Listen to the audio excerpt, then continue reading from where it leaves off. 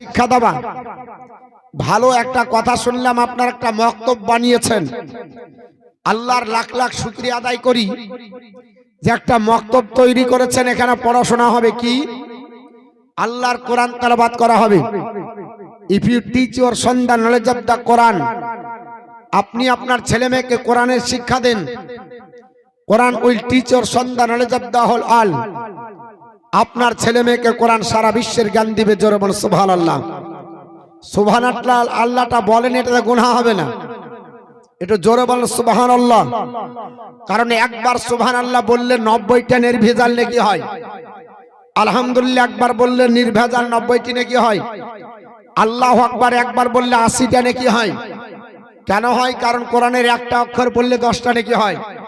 সুবহানাল্লাহতে আরবি বর্ণমালা 9টা, আলহামদুলিল্লাহতে আরবি বর্ণমালা 9টা, আল্লাহু আকবার আরবি বর্ণমালা 8টা। এর জন্য প্রত্যেকটা অক্ষরে 10টা নেকি হয়।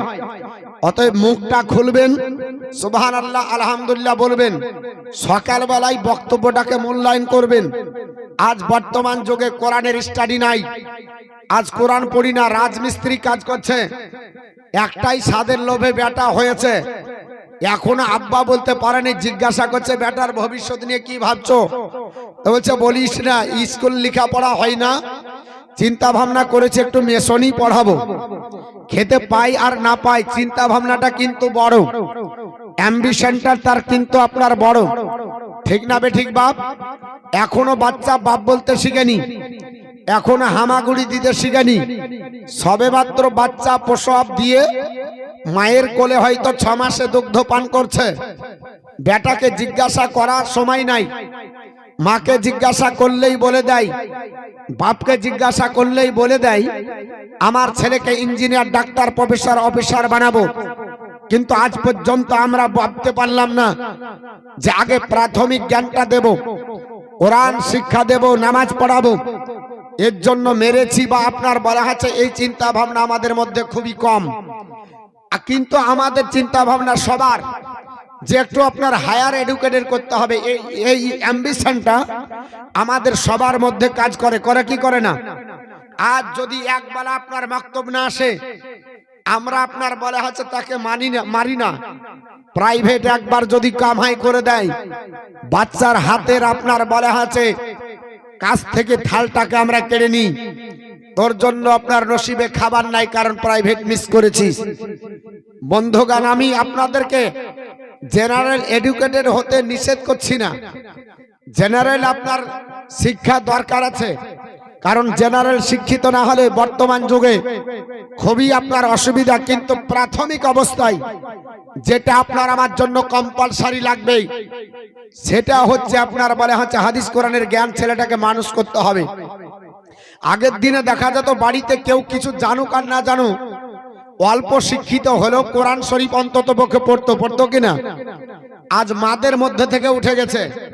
সামনে রমজান এসে এখন পাল্লাপাল্লি লাগতে পারে, কারণ এখন ঝোল ঝাড়াঝাড়ি হচ্ছে। এখন আপনার ইটারডুক পড়বে, কিন্তু আপনার কোরআন আপনার উঠে গেছে, পড়ে না।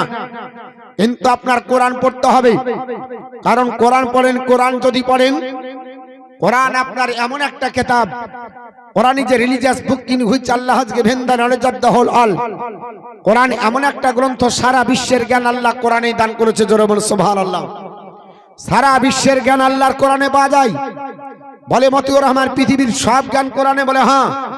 এটা কোরআন চ্যালেঞ্জ করছে। আল্লাহ পাক বলেছেন, এ আমার বান্দা বান্দি, তোমরা আমার হও, আমার ইবাদত করো। পৃথিবীতে যা কিছু দেখছো আপনার বলা আছে হুয়াল্লাযী খলাকা লাকুম মা ফিল আরদি জামিয়া। এই জমিনের উপরে যা কিছু দেখছো, এগুলো সবই আল্লাহ আমি তোমাদের জন্য তৈরি করেছি। কাদের জন্য তৈরি করেছি? আমি তোমাদের জন্য, তোমরা হবে আমার জন্য। আমি আল্লাহর ইবাদত করবে, আমার দাসত্ব স্বীকার করবে, আর উপভোগ করার জন্য যা কিছু দেখছে এগুলো সবই তোমাদের। আল্লাহ কোনোদিন কাঁঠাল পেড়ে খাবে না, আল্লাহ কোনোদিন আম পেড়ে খাবে না, আল্লাহ কোনোদিন এসে মোবাইলে কথা বলবে না, আল্লাহ কোনোদিন এসে জমিন ঘুরবে না, আল্লাহ কোনোদিন ফলমূল এগুলো খাবে না। আল্লাহ কোনোদিন আপনাদের কোনো নিয়ামত আপনার পৃথিবীতে এসে ভোগ করবে না। যত কিছু দেখছেন আসমানের নিচের জমিনের উপরে, এই সমস্ত নিয়ামত কার জন্য? সবই হলো মানুষের জন্য। আল্লাহ বলছে শুধু তুমি আমার জন্য হও, আমি আল্লাহর ইবাদত করো, আমি আল্লাহর দাসত্ব স্বীকার করো, আর যা দেখছো সব তোমরা ভোগ করো। আচ্ছা বলেন তো, ইবাদত বন্দিগি করলে, নামাজ পড়লে আর আপনার কোরআন পড়লে শকসাদ হয় না? শকসাদ হয় না? হয় না? হয় না? আরে আপনাদের থেকে মনে হয় আমরা বেশি শকসাদ করি। আপনারা কদিন গাড়িতে চড়েন আর কদিন কি দিয়ে ভাত খান? ডাইরেক্ট শোনেন, আমরা না কিনলেও আপনাদের থেকে ভালো খাবার খাই। এটাই আপনার বলে হচ্ছে। বলছি কেন? আমাদেরকে খাসির মাংস কিনতে হয় না, দামও জিজ্ঞেস করতে হয় না। মোরগ খাবো জিজ্ঞাসা করতে হয় না ক টাকা কেজি। আমরা পোল্ট্রি খাবো জিজ্ঞাসা করি না, কি ফল খাবো জিজ্ঞাসা করেন। আপনি আনালতে ছাড়া জীবনে কাজু পাবেন না।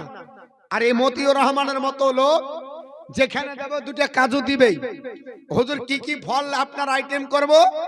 তা আমরা বলে দিই, খেজুর হলে ভালো হয়, আঙ্গুর হলে ভালো হয়, কিশমিশ হলে ভালো হয়, আপনার কাজু হলে ভালো হয়।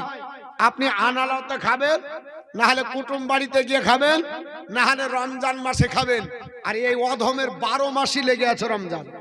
যেদিন যাচ্ছি সেদিনই নতুন নতুন ফল, যেদিন যাচ্ছি নতুন নতুন খাবার, যেদিন যাচ্ছি যা খেতে ইচ্ছা করবো কমিটি তাই দেয়। আর শুয়ার জায়গা বলছেন ভালো খাবার।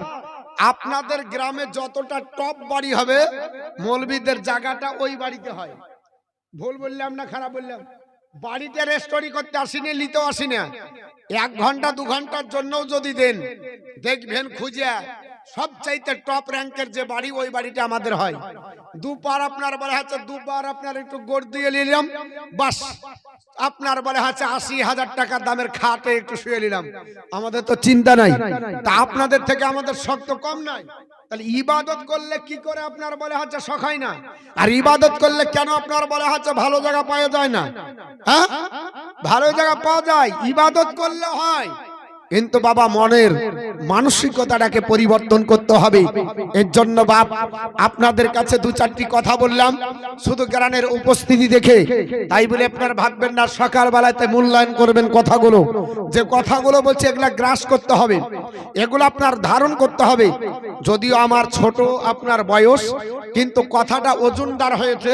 এই কথাটা আমার জন্য বলিনি, এটা বলেছে হাদিস কোরআনের জন্য। আজ মুসলমান কোন জায়গায়? মুসলমান গান বাজনা হলে টিকিট আপনার কেটে ঢুকে, টিকিট কেটে ঢুকে। আপনার নেতার যদি ডাক হয় চলে যায়, কিন্তু ইসলামের ডাক হলে যাই না, ইমামের ডাক হলে যাই না, আলিমের সামনে বসে না। আমার মুসলমানের জন্য বলতে বাধ্য হয়েছিলাম, তা আল্লাহর কোরআন তেলাওয়াত করবেন, পড়বেন। আজ বর্তমান যুগে কোরআনের তেলাওয়াত কম। সবচাইতে বেশি যেটা এখন তেলাওয়াত হয় সেটা সবাই পড়ে, তার নাম হলো খবরের কাগজ। ঠিক না বললাম ভুল? হ্যাঁ, আপনি ঘুমিয়ে থাকবেন, পেপারওয়ালা ঘুমাবে না। 6টার সময় বাজার থেকে নিয়ে এসে জানালার ভাগ দিয়ে একটা মাল ভরে দিয়ে চলে গেল। আপনি ঘুম থেকে 9টায় উঠবেন, কারণ আমরা ভদ্র সমাজ, আমাদের ঘুম ভাঙে 9টায়। আর আমাদের 12টায় আপনার রাত্রি লাগে।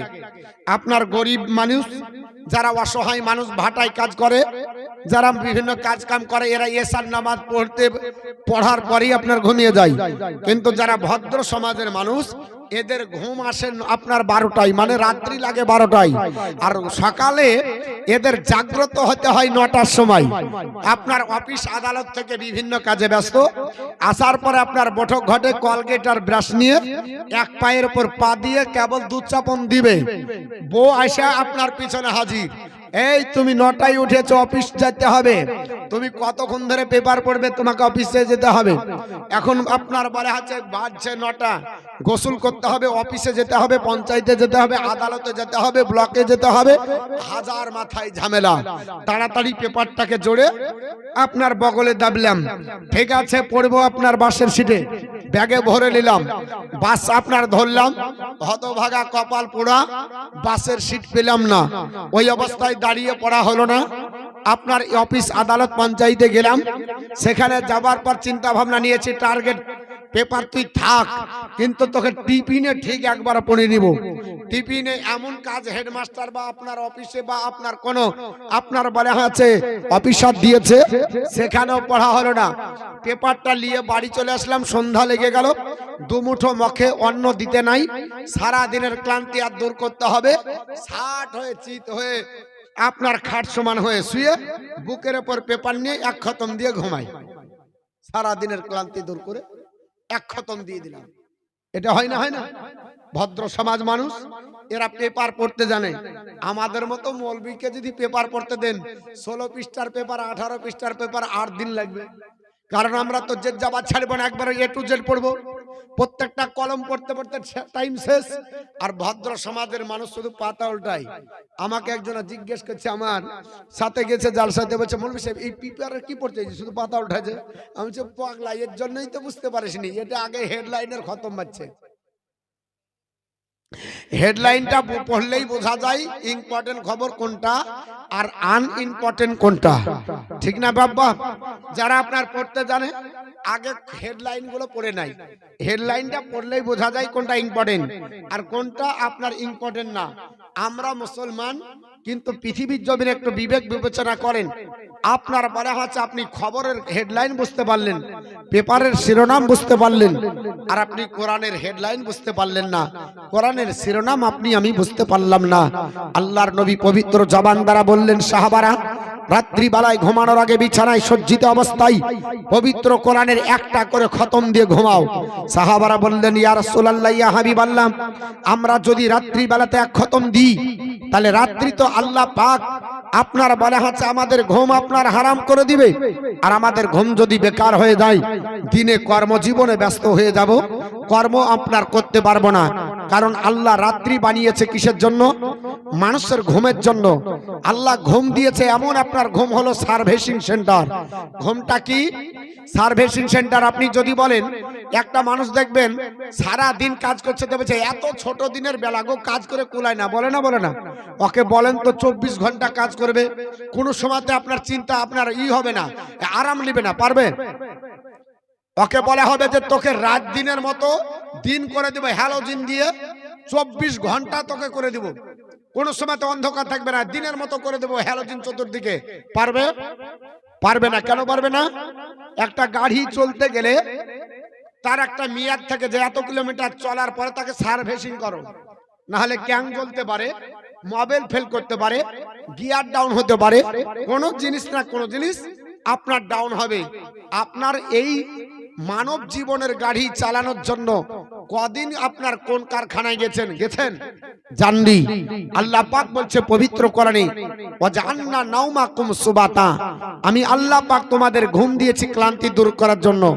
সারা দিন চলছেন না, আর চলে না, একটু তাড়াতাড়ি বিছানাটা দেরে শুই।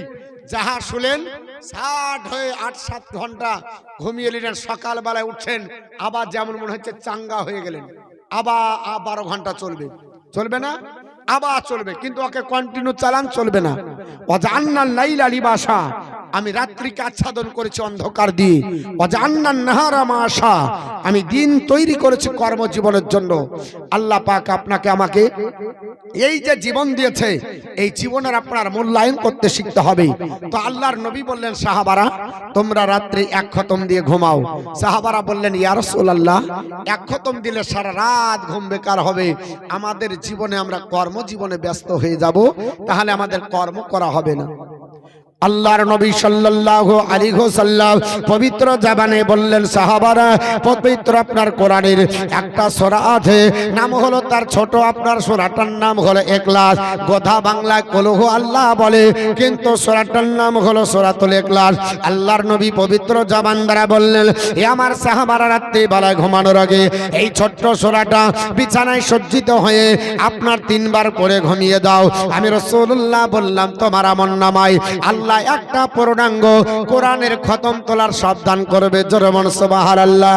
সাহাবারা বললেন ইয়া রাসূলুল্লাহ, ইয়া হাবিবাল্লাহ, নবী গো, এর চাইতে যদি বেশি পড়া যায়। আল্লাহর নবী পবিত্র জবান দ্বারা বললেন, সাহাবারা, আমার কোন উম্মতনি বিছানায় সজ্জিত হওয়ার অবস্থায় যদি এই ছোট্ট সূরাটা বেশি লাই 10 বার পড়ে ঘুমিয়ে যায়, আমি রাসূলুল্লাহ তার জন্য একটা জান্নাত আপনার বরাদ্দ করার জন্য আল্লাহ পাকের কাছে রিকোয়েস্ট করলাম, কারণ আল্লাহ পাক তাকে একটা জান্নাতের কামরা দিবে। জোরে বলুন সুবহানাল্লাহ। সাহাবারা বললেন ইয়া রাসূলুল্লাহ, এর চাইতে যদি বেশি পড়ে কি হবে? আল্লাহর নবী বললেন, সাহাবারা, আল্লাহর কোন বান্দা বান্দি যদি বিছানায় সজ্জিত অবস্থায় এই ছোট্ট সূরাটা যদি 24 বার পড়ে, আল্লাহ তার আমলনামাতে দুটো জান্নাতের কামরা বরাদ্দ করবে। জোরে বলুন সুবহানাল্লাহ। সাহাবীদের মধ্যে বিশিষ্ট সাহাবী হযরতে ওমরে ফারুক আযম আপনার দণ্ডায়মান হলেন, ইয়া রাসূলুল্লাহ, ইয়া হাবিবাল্লাহ, এমন কোন রাত্রি অতিবাহিত হয় না যেই রাত্রিতে ওমরে ফারুক আযম এই সূরাটা 100 বার না পড়ে বিছানায় ঘুমায়।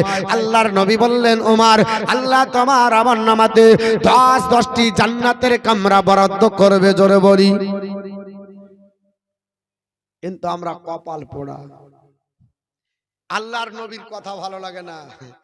যদি কেউ বলে একবার ডাক্তার বাড়ি ওকে নিয়ে যান, বেশি লাই একবার, আর ডাক্তার যদি বলে তোমাকে 3 কিলোমিটার রাত্রি 3টার সময় উঠে ধরতে হবে, ক কিলোমিটার? 3 কিলোমিটার প্রত্যেক দিন রাত্রি 3টার সময় বা 4টার সময় উঠে ধরতে হবে। জীবনে কোনোদিন মিস্টেক হবে না, অ্যালার্ম দিয়ে থবে। আর ওকেই যদি বলে ফজর, তো বলছে যে কি বাতের ব্যথা উঠতে পারে না, এসা তো বলছে রাত কানা যেতে পারে না। আর ওকে ডাক্তার যদি বলে 3 কিলোমিটার যদি না দৌড়ো তো সুগার ভালো হবে না, চাচা তখন টাট্টু ঘোড়া লেফট লাইট শুরু করে দিয়েছে। মোল্লা বললে দৌড়ে আর আল্লাহ বললে সয়। হ্যাঁ কি বলেন, ঠিক না ঠিক বলছি? আগে দৌড়াদৌড়ি ছিল না, এখন মেয়ে ছেলেও দৌড়ছে, বেটা ছেলেও দৌড়ছে। জিজ্ঞেস করছি কেন? তো বলছে যে ফিটনেস করার জন্য। ফিটনেস হবে। কথাটা খারাপ লাগছে তাই না? দিয়ে আপনার বলছে যে মুসলমানের উপর অত্যাচার, তো তোমার উপর হবে না তো কার হবে? ওরে মুমিনা ভাইয়া, আফজ হায় চলবে কত দিন। ওরে মা আমিন ভাইয়া, আফজ হায় থাকবে কত দিন। আজ ভেঙেছে বাবরি মসজিদ, কান ভাঙিবে তাজে মাল। আজ ভেঙেছে বাবরি মসজিদ, কাল ভাঙিবে তাজে মাল। এমনি করে ধ্বংস হবে দেশের মুসলমান রে মুমিন ভাইয়া, আবদ হয়ে চলবে কত দিন। আরে মা আমিন ভাইয়া, আবদ হয়ে থাকবে কত দিন। ভাইয়ে ভাইয়ে মারামারি কেন করো বদল বাড়ি? ভাইয়ে ভাইয়ে মারামারি কেন করো বদল বাড়ি? এমনি করো ধ্বংস হবে মুসলমানের হৃদয় রে মুমিন ভাইয়া, আবদ হয়ে থাকবে কত দিন। আরে মা আমির ভাইয়া, আবদ হয়ে চলবে কত দিন। আল্লাহুম্মা সাল্লি আলা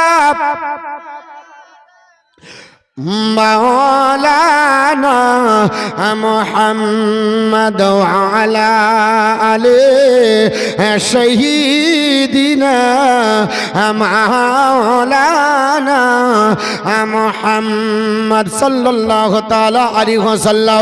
আমার মুসলমান আপনাদেরকে মন্দা ছিল, আল্লাহর কোরআন ধরেন, কোরআন পড়েন, কোরআনকে সঙ্গী বানান। পৃথিবীর জমিনে এই কোরআন আপনার জীবনে কল্যাণ আনবে।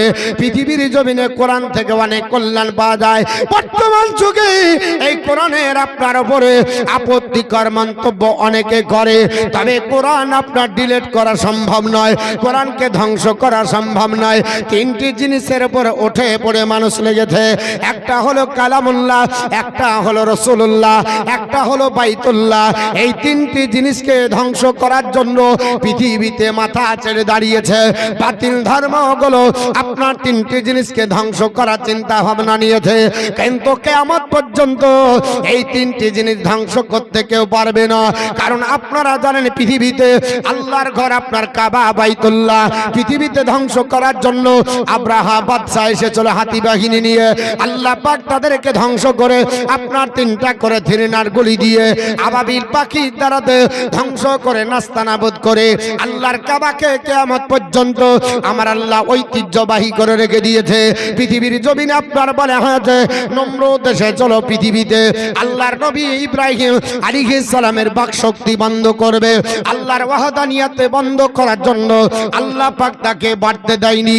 অবশেষে ইব্রাহিম পয়গম্বরকে আপনার বলে হয়েছে অগ্নিকুণ্ডতে নিক্ষেপ করা হলো। আল্লাহ পাক ডাক দিয়ে বলে, এ আমার আপনার বলে হয়েছে খলিল, পৃথিবীর জমিনে শুনে রেখে দাও, তোমার এত বড় আপনার বলে হয়েছে শক্তি প্রয়োগের দরকার নাই।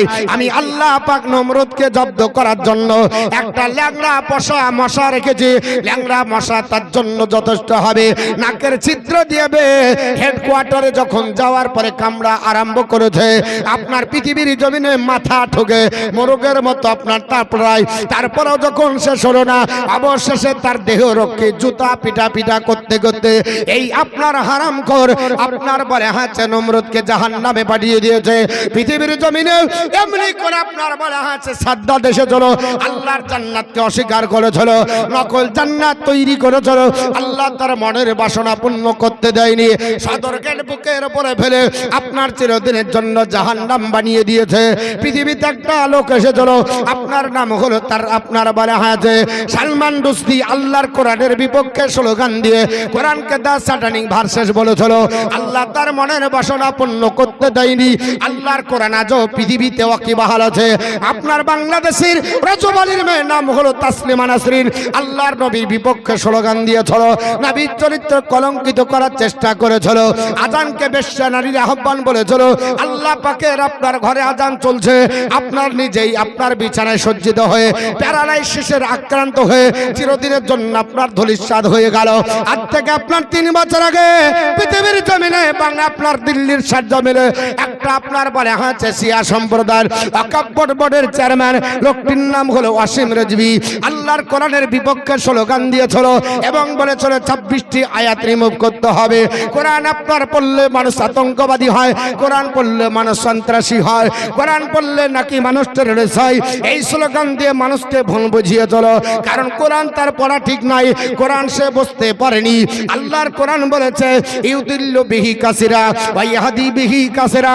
একবার কোরআন পড়বে পথভ্রষ্ট হবে, একবার কোরআন পড়বে আপনার হেদায়েত প্রাপ্ত হবে। কারণ কোরআন অনুযায়ী যারা চলবে এরা হচ্ছে আল্লাহর জান্নাতি মেহমান, কারণ এরা জান্নাত পাবে আল্লাহর কোরআন অনুযায়ী চলার জন্য। আর নিজের মতো যারা কোরআন চালাবে এরা হবে জাহান্নামী, আপনার জাহান্নামে যাবে। পৃথিবীর জমিনে এই 2000 আপনার বলে আছে 20 সালে আপনার জানুয়ারির মাসে ফার্স্ট উইকে ওয়াসিম রেজভি বলল কোরআনের আয়াতগুলো আপনার বলে আছে এক এক করে 26টি আয়াত রিমুভ করতে হবে। এই কোরআন পড়ে মানুষ আতঙ্কবাদী হয়। পৃথিবীর জমিনে কোরআন তার জানা ছিল না। কোরআন পড়লে মানুষ আতঙ্কবাদী হয়, কোরআন পড়লে টেররিস্ট হয়।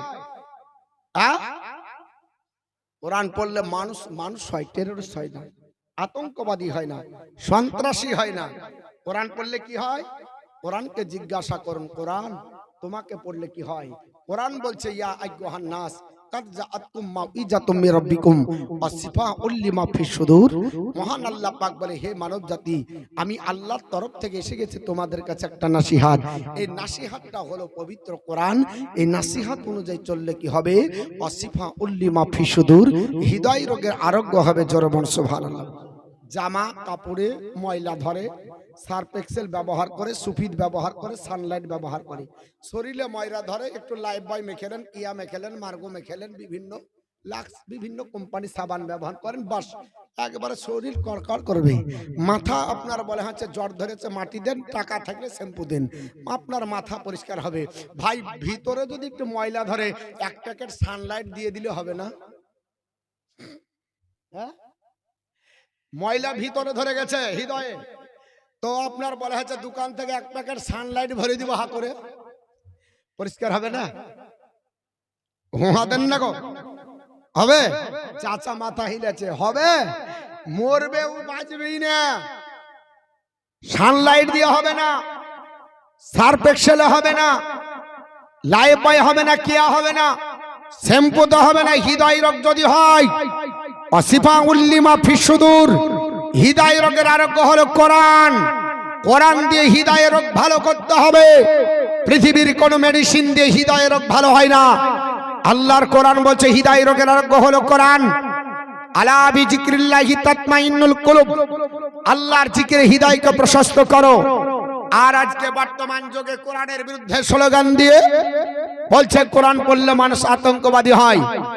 শুনে রেখে দেন, আজ থেকে 24 বছর আগে পৃথিবীর জমিনে আপনার বারে আছে ক্যালকাটা ইউনিভার্সিটির স্বীকৃতিপ্রাপ্ত বাংলা সাহিত্যের ইতিহাস, লেখকের নাম ডক্টর অসিত কুমার বন্দ্যোপাধ্যায়। তার ৫ম খণ্ডে ঘটনাটা আছে। কলকাতার ক্যালকাটা আপনার বলা হচ্ছে ইউনিভার্সিটি স্বীকৃতিপ্রাপ্ত বাংলা সাহিত্যের ইতিহাসে ঘটনাটা তুলে দিয়েছে। কলকাতা হাইকোর্টের প্রধান বিচারপতি, নাম ছিল তার ম্যাডাম পদ্মা খাস্তিগি। ইনি বলেছিলেন কোরআন বন্ধ করে দিতে হবে। হাজারো বার কোরআনের বিপক্ষে আপনার কেস করা হয়েছে। কোরআন যেন আপনার পাবলিশ না হয়, প্রচার না হয়, কারণ কোরআন পড়লে মুসলমানের জনসংখ্যা বেড়ে যায়। আজ পর্যন্ত কেউ কোরআনের ভুল ধরতে পারেনি, কিয়ামত পর্যন্ত ধরতেও পারবে না। যারা ধরতে গেছে তারা আপনার নিজের ভুল সংশোধন করে কলমা পড়ে নিয়েছে। পৃথিবীর জমিনে আপনার বলা আছে ম্যাডাম পদ্মা খাস্তিগি কোরআন বন্ধ করার চিন্তা ভাবনা নিয়েছিল। পৃথিবীর জমিনে কোরআন বন্ধ করতে পারেনি। ম্যাডাম পদ্মা খাস্তিগি চ্যালেঞ্জ যখন গ্রহণ করলো, আপনাদেরকে কয়েকটি কথা বলি মূল্যবান, এই কথাগুলো আপনাদের আমাদের জানা দরকার আছে। ম্যাডামকে চ্যালেঞ্জ করার জন্য কোনো মুসলমানকে যেতে হয়নি। ম্যাডাম যখন করেছিল আপনার চ্যালেঞ্জ, সেই চ্যালেঞ্জের মোকাবেলা করেছিল ডক্টর অসিত কুমার বন্দ্যোপাধ্যায়। বলে, ম্যাডাম, আমার জানা মতে পৃথিবীর গ্রন্থ আর যেগুলা আছে হতে পারে সেগুলা বন্ধ, তবে কোরআন বন্ধ করা সম্ভব নয়। বলে, কেন সম্ভব নয়? বলে, 250 টাকা 300 টাকা কোরআন বাজারে পাওয়া যায়, কিনে দিচ্ছি, বস্তায় ভরো। রামায়ণ বস্তায় ভরো, মহাভারত বস্তায় ভরো, গীতা বস্তায় ভরো, 4টা বেদ ভরো, পুরাণ ভরে দাও।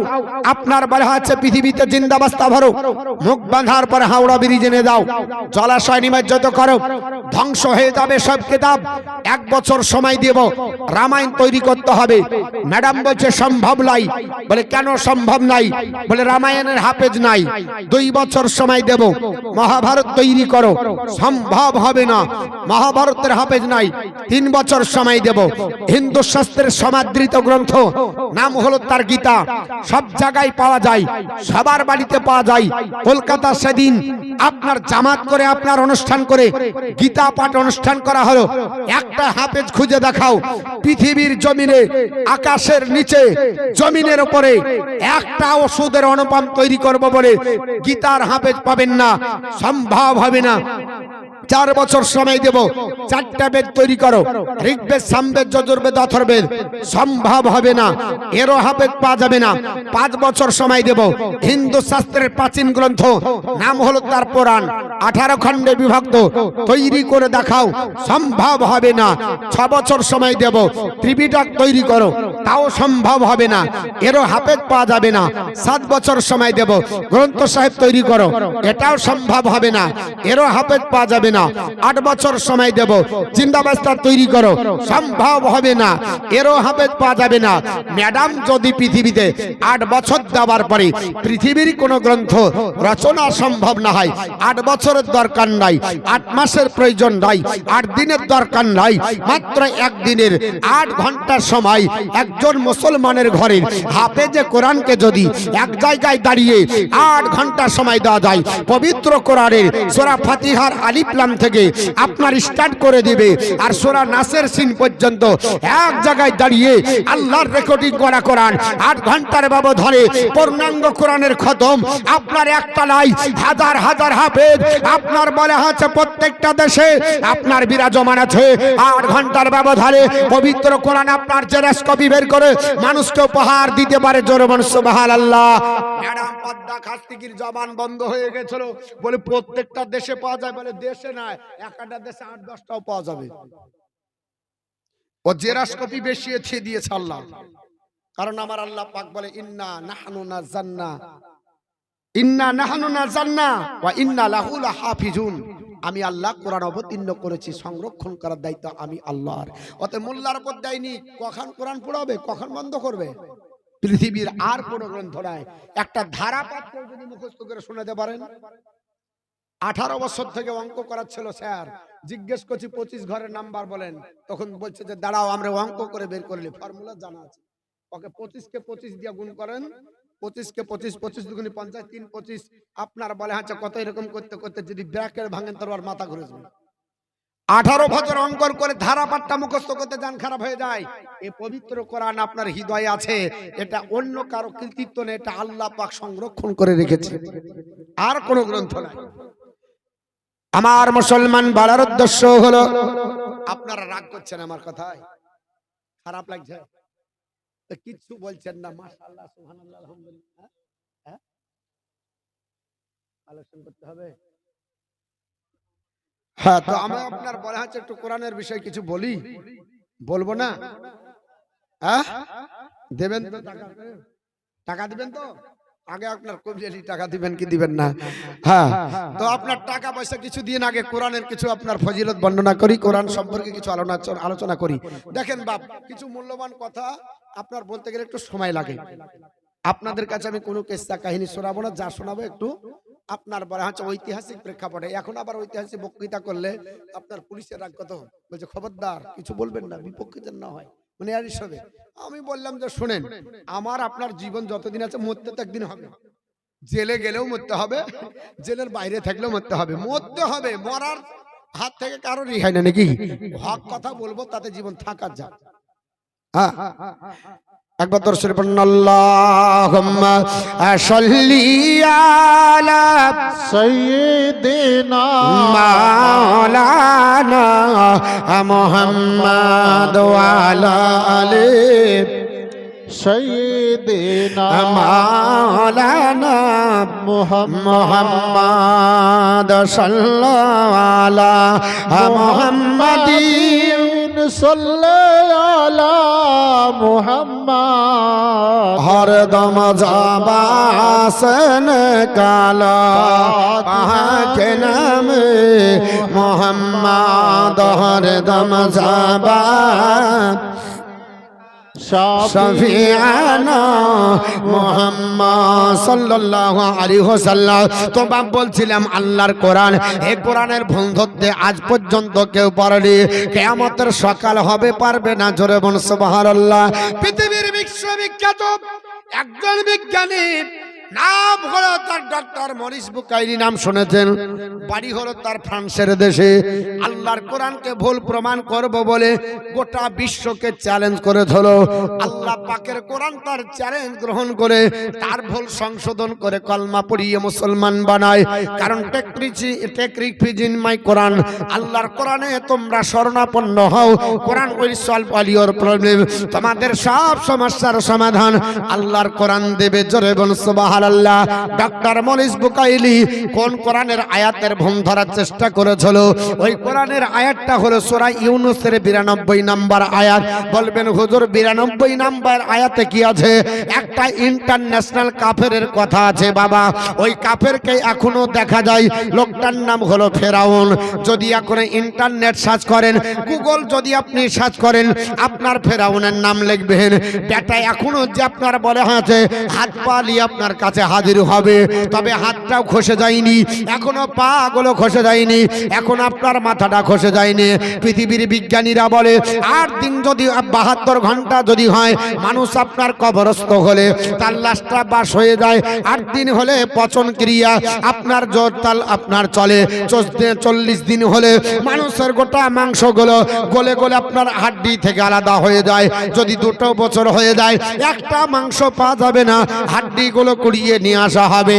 40 বছর যদি হয়ে যায়, মানুষের অনেকটা আপনার হাড্ডি মাটি খেয়ে নেয়, রাসায়নিক বিক্রিয়া হয়ে যায়, মাথা আর টিকরার হাড্ডি ছাড়া পাওয়া যায় না। পৃথিবীর জমিনে ডাক্তাররা আপনার বলে হচ্ছে পরীক্ষা করেছে, বিজ্ঞানীদের আপনার কথা মনে করেছে। আল্লাহ পাক বলে হে পৃথিবীর মানুষ, তোমাদের জ্ঞান তো আমার সমান নয়, কারণ ওমা উতিতুম মিনাল ইলমি ইল্লা কলিলা। হে পৃথিবীর মানুষ, তোমাদের জ্ঞান আমি আল্লাহর কাছে সামান্যতম, আমি 100% জ্ঞানের অধিকারী। পৃথিবীর বিজ্ঞানী তোমাদের জ্ঞান হলো 0%। অতএব 100% জ্ঞানকে বোঝার জন্য তোমাদের বড় জ্ঞান লাগবে। আল্লাহ পাক আপনার বলে হচ্ছে পবিত্র আপনার পবিত্র কোরআনে এই সূরা ইউনূসের 92 নম্বর আয়াতে ইন্টারন্যাশনাল কাফেরের কথা বলেছে। লোকটার নাম হলো ফেরাউন।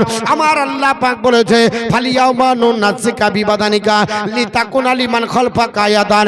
আমার আল্লাহ পাক বলে ফেরাউন, তোমাকে পৃথিবীর জমিনে কিয়ামত পর্যন্ত মডেল করে রাখলাম। কাফেরদের জন্য মডেল হলে যারা দিয়ারিজ নো আল্লাহ বলবে, আল্লাহ বলে স্বীকৃতি জ্ঞাপন করবে না, আমি আল্লাহর আপনার দাসত্ব স্বীকার করবে না, যারা আপনার বলবে মরার পরে আল্লাহ বলে স্বীকৃতি জ্ঞাপন করবে না, তাদের জন্য আমি আল্লাহ পাক তোমাকে মডেল করে কিয়ামত পর্যন্ত এই নাস্তিকদের জবান বন্ধ করে দিব। কারণ দেখবে আর শিখবে, এও তো ছিল আপনার ইন্টারন্যাশনাল কাফের। নিজেকে দাবি করেছিল আনা রব্বুকুমুল আলা, আমি সব চাইতে আপনার বড় খোদা, আমার চাইতে কেউ খোদা বড় নয়। এই দাবিটা করেছিল বাপ। এই লোকটার নাম হলো ফেরাউন। মুসা কালিমুল্লাহর যুগের কাফের, ইন্টারন্যাশনাল কাফের বাবা। পৃথিবীর জমিনে মুসা কালিমুল্লাহ আল্লাহ পাকের আপনার বলে হয়েছে পয়গাম্বর। উনি যখন জগতে আসার পরে আপনার ফেরাউনকে দাওয়াত দিলেন, এ ফেরাউন আমাকে নবী বলে মানো, আল্লাহর একত্ববাদ স্বীকার করো। ফেরাউন আপনার মানতে পেরেছিল না, নিজেকে নবী আপনার আল্লাহ বলে দাবি করলো এবং মুসা কালিমুল্লাহকে আপনার বলে হয়েছে দাবি করলো, বলে আমাকে খোদা বলে মেনে নাও। আল্লাহর কালী মুসা কালিমুল্লাহ যখন আপনার তার সঙ্গে বাহাস করতে গিয়ে যখন আপনার সৈন্য সম্বন্ধ বিষয় হলো, আল্লাহ পাক বলেন মুসা কালিমুল্লাহকে, ওরে আমার কালিমাত থাকতে হবে না, নদী পার হয়ে চলে যাও, আমি আল্লাহ পাকের হুকুম, তুমি ওই পারে চলে যাও। আল্লাহ পাক কেমন করে যাব? আল্লাহ বললেন আশা মুবারক স্পর্শ করো, বাকি আমি আল্লাহ রাস্তা দেওয়ার দায়িত্ব আমার আল্লাহর। আল্লাহ পাক আপনার বলা হয়েছে মুসা কালিমুল্লাহকে আপনার হুকুম করে দিলেন, পানির ভিতরে রাস্তা হয়ে গেল, পাথরের মতো দাঁড়িয়ে গেল পানি, নদীর আপনার ভিতর দিয়ে হেঁটে আল্লাহর কালী মুসা আলাইহিস সালাম পার হয়ে যখন চলে যায়, ফেরাউন মনে মনে চিন্তা করছে ভালোই হলো, আর চিন্তা করতে হবে না, নৌকা লাগবে না, আর কোনো বোট লাগবে না, জাহাজের দরকার হবে না। যেমনি আপনার নেমেছে আল্লাহ পাক মুসা কালিমুল্লাহর দলবল উপরে যখন উঠেছে, আল্লাহ বললেন পানি তোর কাজে বা তুই কর, এখন আপনার বলে হাতে দায়িত্ব চালিয়ে যা। আল্লাহর হুকুম হয়ে গেল, পানি দুই দিকে লেগে গেল, মুসা কালিমুল্লাহ বেঁচে গেল, আত্মীয় স্বজন পরিত্রাণ পেল। আর আপনার ফেরাউন পৃথিবীর জমিনে আপনার হাবুডুবু করে সেইখানে আপনার জনম আপনার বাড়া গেল। এই মুসা কালিমুল্লাহ 4000 বছরের ইতিহাস বাবা। আনুমানিক আপনার তাফসীর কারকগণ বলেছে 4000 বছর আজ থেকে নিয়ে মুসা কালিমুল্লাহর যুগের হলো এই ইন্টারন্যাশনাল ফেরাউন। কিন্তু ফেরাউনকে এখনো দেখা যায় মিশর থেকে একটু দূরে অবস্থিত, জায়গাটার নাম হলো তাজবিদ বাবা। ওই তাজবিদ এলাকায় একটা জাদুঘর তৈরি করেছে পৃথিবীর বিজ্ঞানীরা, মগজ আপনার বলা হাত ধোলাই করে মাথাকে আপনার কাজে লাগিয়ে এরা আপনার জাদুঘরটা তৈরি করেছে। এই জাদুঘরটার নাম রইল মমির। জাদুঘরটা তৈরি করেছেন যিনি বিজ্ঞানী প্রত্নতত্ত্ববিদ, বিজ্ঞানীটার নাম হলো বিজ্ঞানী বাবা লরেন। এই জাদুঘরটা তৈরি হয়েছে 1898 খ্রিস্টাব্দে, আর আজকেও তাকে দেখা যায় যায়, আজ থেকে মাইনাস প্লাস করলে মাত্র 226 বছর হবে। ফেরাউনের লাশটাকে জাদুঘরে মিউজিয়ামে রাখা হলো। পৃথিবীর আপনার যুবক জওয়ানেরা, আমার ভাইজান বাপজানেরা, 224 বছর হলো ফেরাউনকে জাদুঘরে রাখা। আল্লাহর কোরআন আপনার তাফসীর বলে পৃথিবীর জমিনে ফেরাউন আজ থেকে 200 বছর আগে নয়, আজ থেকে আনুমানিক ভাবে 400 বছর হয়ে গেল পৃথিবীর জমিনে মৃত্যুবরণ করা।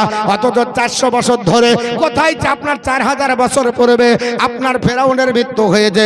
অতঃপর আপনার মাইনাস প্লাস করলে 3700 বছর পার হয়ে যাবে। ফেরাউন কোথায় ছিল? তো বলছে পানির ভিতরে, পানিতে থাকলে আর্দ্রতা বেশি হয়। ফেরাউন তো পচে যাবার দরকার ছিল, গলে যাবার দরকার ছিল। আল্লাহ বলে না না না, আমি কিয়ামত পর্যন্ত একে জাল মাছের শক্তির মতো বানিয়ে রেখেছি।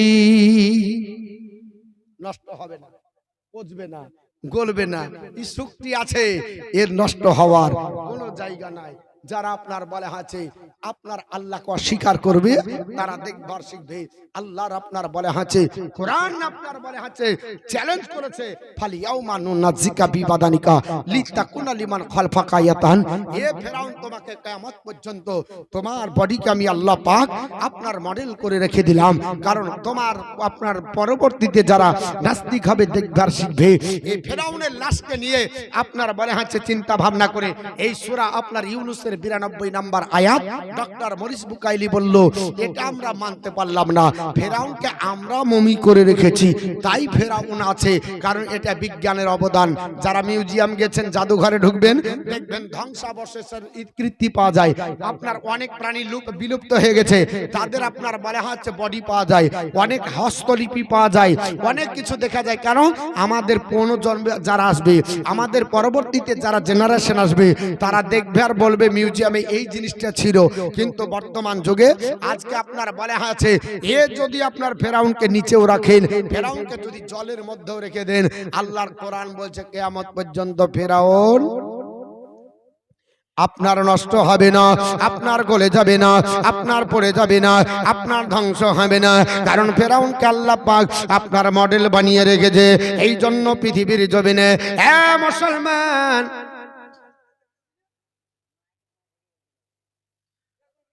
আল্লাহুম্মা সাল্লি আলা সাইয়্যিদিনা মাওলানা মুহাম্মদ ওয়া আলা আলি সাইয়্যিদিনা মাওলানা মুহাম্মদ সাল্লাল্লাহু আলা মুহাম্মাদিন সাল্লাল্লাহু আলা মুহাম্মদ হরদম ज़बान से निकाला पाक नामे मुहम्मद हरदम ज़बान से निकालो शफियाना मुहम्मद सल्लल्लाहु अलैहि वसल्लम।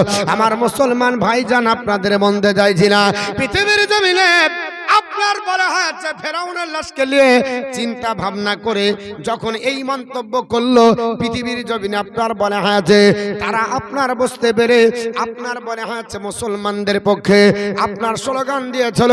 মুসলমানের আপনার পক্ষে যারা আপনার ছিল, তাদেরকে আল্লাহ পাক আপনার বলা হয়েছে সুস্থতা দান করেছে। তো আপনার বিজ্ঞানী আপনার বলা হয়েছে নামটা হলো ডক্টর মরিস বুকাইলি। ইনি বললেন আমাদের বিজ্ঞানের অবদান। অবশেষে সৌদিতে চলে গেল, আরবের দেশে যাবার পরে ডাক্তারদের সঙ্গে পরামর্শ করলো এবং পরামর্শ করে বলল, এ ডাক্তার বাবু তোমরা বলো পৃথিবীর জমিনে কি করে কোরআন এই বলেছে, এটা যুগান্তকারী মন্তব্য হয়, কারণ আমরা ফেরাউনের লাশটাকে জুগিয়ে রেখেছি। আপনার ডাক্তাররা বলল না না না, এই ফেরাউনের লাশের ব্যাপারে আমার আল্লাহ পাক কোরআনের ভিতরে 1450 বছর আগে চ্যালেঞ্জ করেছে, পৃথিবীর জমিনে ওকে বাইরে রাখলেও নষ্ট হবে না। বিশ্ববিখ্যাত আপনার বিজ্ঞানী ডক্টর মরিস বুকাইলি সৌদি থেকে বাড়ি আসলো। মিশরের কায়রো থেকে দূরে তাজবিদ নামক এলাকায় গেল এবং সেখানে গিয়ে সেখানকার আপনার বলা হয়েছে প্রেসিডেন্টের সঙ্গে কথাবার্তা বলে আলাপ আলোচনা করে ফেরাউনের লাশটাকে জমিনের বাইরে রাখার চিন্তা ভাবনা করলো। আপনার বলে হয়েছে পৃথিবীর জমিনে তাকে বাইরে রেখে ট্রিটমেন্ট করবে, দেখবে তার কোনো সাইড ইফেক্ট হয় কিনা, পচে গলে যায় কিনা। আল্লাহর কোরআন যেটা বলেছে ওটাই হবে। পৃথিবীর জমিনে ফেরাউনের কোনো সাইড ইফেক্ট হলো না। কিছুদিন পরে ফেরাউনের লাশের কাছে দাঁড়িয়ে আল্লাহর আপনার বান্দা পৃথিবীর জমিনে ডক্টর মরিস বুকাইলি কলমা পড়ে মুসলমান হয়ে গেল। জোরে বলুন সুবহানাল্লাহ। সুবহানাল্লাহ। আল্লাহ যেটা বলেছে সেটাই হবে। ও মুসলমান, কোরআন বুকে ধারণ করুন, কোরআন আপনার জীবনের সঙ্গী বানান। আপনি ইহ জগতে কল্যাণ পাবেন, পর জগতে কল্যাণ পাবেন। আজ থেকে আপনার বলা হয়েছে পৃথিবীর জমিনে প্রায় 18 বা 19 বছর আগের ঘটনা। 2005 সালে একটা ভূমিকম্প হয়েছিল। মাঝে মাঝে ভূমিকম্প হয়, আমরা দেখেছি বাবা। কখনো আইলা হয়, কখনো সুনামি হয়, কখনো আপনার বলে হয়েছে আমাদের কাছে ফনি আয়াস আসে। এইরকম দুর্ভিক্ষজনিত আপনার মর্মান্তিক দুর্ভিক্ষ আসে, আর তাতে মানুষের আপনার অনেক ক্ষতি হয়ে যায়। এইরকম একটা ভূমিকম্প আপনার 2005 সালে রমজান মাসের 2 তারিখে হয়েছিল। আনন্দবাজার পত্রিকাতে দিয়েছিল পৃথিবীর জমিনে। সেখানে যখন ভূমিকম্প হলো মাগরিবের নামাজের পরে সার নামাজের আগে আপনার বলে হয়েছে ভূমিকম্প হয়েছে। 80,000 মানুষের আপনার তলিয়ে গেছিল অতল তলে। 2 তলা 3 তলা 4 তলা বাড়িগুলো অতল তলে তলিয়ে গেল। আপনার হাহাকার চতুর্দিকে লেগে গেল। যেমন 2000 সালে বন্যা হয়েছিল। আল্লাহ পাক কালো খালিতে ইঁদুরের খাল দিয়ে বড় একটা ঝিল তৈরি করে নিয়েছে। কারণ আমার আল্লাহ পাকের শক্তির কাছে কারো মোকাবেলা করা সম্ভব হয় না। পৃথিবীর আপনার ইঞ্জিনিয়ার ফেল হয়ে গেল একদিনের পানি প্রবাহিত হওয়ার কারণে। সারা জীবন চিন্তা ভাবনা করে ওইখানে আর রাস্তা করা সম্ভব নয়, বাইপাস রাস্তা করতে বাধ্য হয়েছে। পৃথিবীর আপনার মুসলমান ভাইরা, আব্বা জানেরা, মা জানরা, আজকে আপনার মুসলমান, আপনারা আমরা মুসলমান, আল্লাহর কি আপনার শুকরিয়া আদায় করব। আপনার বলা হচ্ছে পাকিস্তানের মাটিতে 2005 সালে যখন ভূমিকম্প হলো, এইভাবে 2 তলা 3 তলা 4 তলা বাড়িগুলো অতল তলে তলিয়ে গেল। আপনার মাটির নিচে মানুষেরা চলে গেল, হাজার হাজার মানুষ মারা গেল। সকালবেলা সাংবাদিকেরা আপনার তথ্য দিল পেপারের কাগজে। সবাই আপনার দেখে হাহাকার করে আপনার চোখের পানি ছেড়ে কাঁদেছিল। তখনকার প্রেসিডেন্ট ছিল মিস্টার মোশাররফ হোসেন। হাহাকার করে কাঁদতে লাগলো। চতুর্দিকে ছড়িয়ে গেল পাকিস্তানে বড় ভূমিকম্প হয়েছে। কিন্তু বাবা, আল্লাহ যাকে মারে কেউ রুখতে পারবে না, আল্লাহ যদি আপনার রাখে কেউ মারতে পারবে না। আল্লাহর বান্দা আপনার কেঁদেছিল, সবাই বুঝিয়েছিল মিস্টার মোশাররফ হোসেন এটা আল্লাহ প্রদত্ত আযাব, কিছু করার নাই। কিন্তু বাবা আপনার বলে হয়েছে রমজান মাসে পৃথিবীর জমিনে যখন এই 2 তারিখে আপনার বলে হয়েছে ভূমিকম্প হলো, 17 দিন ধরে তার কার্য চালালো। 17 দিন পরে 19 রমজান মাসে একটা আল্লাহর বান্দিকে তোলা হলো ওই পানির ভিতর থেকে, তবে মুর্দা না জিন্দা। সুবহানাল্লাহ। আল্লাহর একটা বান্দিকে তোলা হলো জিন্দা। মেয়েটার নাম হলো নাফিসা বেগম। আজও সম্ভবত মেয়েটা বেঁচে আছে। এই মেয়েটার নাম হলো নাফিসা বেগম। আপনারা বলবেন তাই হয় নাকি? যদি না হয় চাক্ষুষ প্রমাণ দেখেছেন। এই তো ফিলিস্তিনের মাটিতে 17 দিন পরে একজনকে তোলা হয়েছিল, ঘরের ভিতর থেকে বের করা হলো। 60 থেকে 62 বছরের যুবক। পৃথিবীর বিজ্ঞানীরা বলেছে 9 দিন যদি হয় প্রাপ্তবয়স্ক মানুষ আপনার 9 দিন অনাহারে পানাহার থেকে যদি বিরত থাকে, তার আপনার প্রাণ নাশ হতে পারে, সে মারা যেতে পারে। কিন্তু বাবা আপনার বলে যে আপনার 17 দিন পরে ঘরের ভিতর থেকে বাই করা হলো গাজা উপত্যকা থেকে, তবে মরেনি। আপনার প্রাপ্ত যদি বয়স্ক হয় 9 দিন পৃথিবীর বিজ্ঞানীরা আপনার গ্যারান্টি দিয়েছে। আর যদি ছোট বাচ্চা ছেলে হয়, যদি দুগ্ধপোষ্য বাচ্চা হয়, 3 দিনের বেশি অনাহারে থাকবে না। তার আপনার বলে হচ্ছে জিহ্বাটা আপনার বলে হচ্ছে তালুর সঙ্গে লেগে শ্বাসরুদ্ধ হয়ে মারা যেতে পারে। পৃথিবীর বিজ্ঞানীদের যেখানে চাকা আপনার বন্ধ হয়ে যায়, আল্লাহর কোরআনের চাকা সেখানে আপনার ঘুরতে আরম্ভ করে। আল্লাহর আপনার বান্দি 17 দিন পরে পানির তল থেকে তোলা হলো। ডাক্তাররা তাড়াতাড়ি পাকিস্তানের মেডিকেলে ভর্তি করলো, স্যালাইন দেওয়ার চেষ্টা করলো। আল্লাহর বান্দি বলছে না না, আমার স্যালাইনের দরকার নাই। সাংবাদিকেরা হাজির হয়ে প্রশ্ন করেছিল, আল্লাহর বান্দি তুমি আপনার 17 দিন ধরে পানির ভিতরে থাকলে কি করে? তোমার কি আপনার ক্ষুধা লাগেনি? তোমার পিপাসা লাগেনি, তোমার প্রাণটা শোলো না কেন? ৮০,০০০ মানুষ পানির তলে তলিয়ে আপনার মারা গেল, হাহাকার চতুর্দিকে লেগে গেছে। আল্লাহর বান্দী বলে চলো না না, আমার মনে হয় এখনো এসার আজান আমার কর্ণকরে পৌঁছায়নি। জোরে বলুন সুবহানাল্লাহ। ওনাকে জিজ্ঞাসা করা হলো, বুঝতে পারি না। উনি বললেন, দেশের মানুষেরা, এ ডাক্তার বাবুরা, সাংবাদিকেরা যারা আমার কাছে তথ্য লিখছ, আমি মাগরিবের নামাজ পড়ে আপনারা বলে হাতে কোরআন তেলাওয়াত শুরু করেছিলাম আর আল্লাহর কাছে প্রতিজ্ঞাবদ্ধ হয়েছিলাম, আল্লাহ আমার কোরআন আপনার অতক্ষণ পর্যন্ত পড়ার তৌফিক দাও যতক্ষণ এশার আযানটা মসজিদের আপনার বলে হাতে আপনার মাইকে না শোনা যাবে। আমি এখনো কোরআন পড়তেছি, এখনো তো আযানের ধ্বনি আমার কর্ণ করে পৌঁছায়নি। খোদা তোমায় ডাকেতে জানি না ডাকার মতো। আচ্ছা, মাইকে কি হলো? ওই মাইকটা সাউন্ড কমালো না বাড়ি ই করলো? ও, মাইক ম্যান নাই। খোদা তোমায় ডাকেতে জানি না ডাকার মতো, ডাকিলে খোদা কেমন শোনেন না। খোদা তোমায় ডাকেতে জানি না, এক ডেকেছে না নবী ওলি, আরে খোদার শানে গেছে রে মিহিলি, দিয়েছেন পর্দা খুলি ইশকের পানা।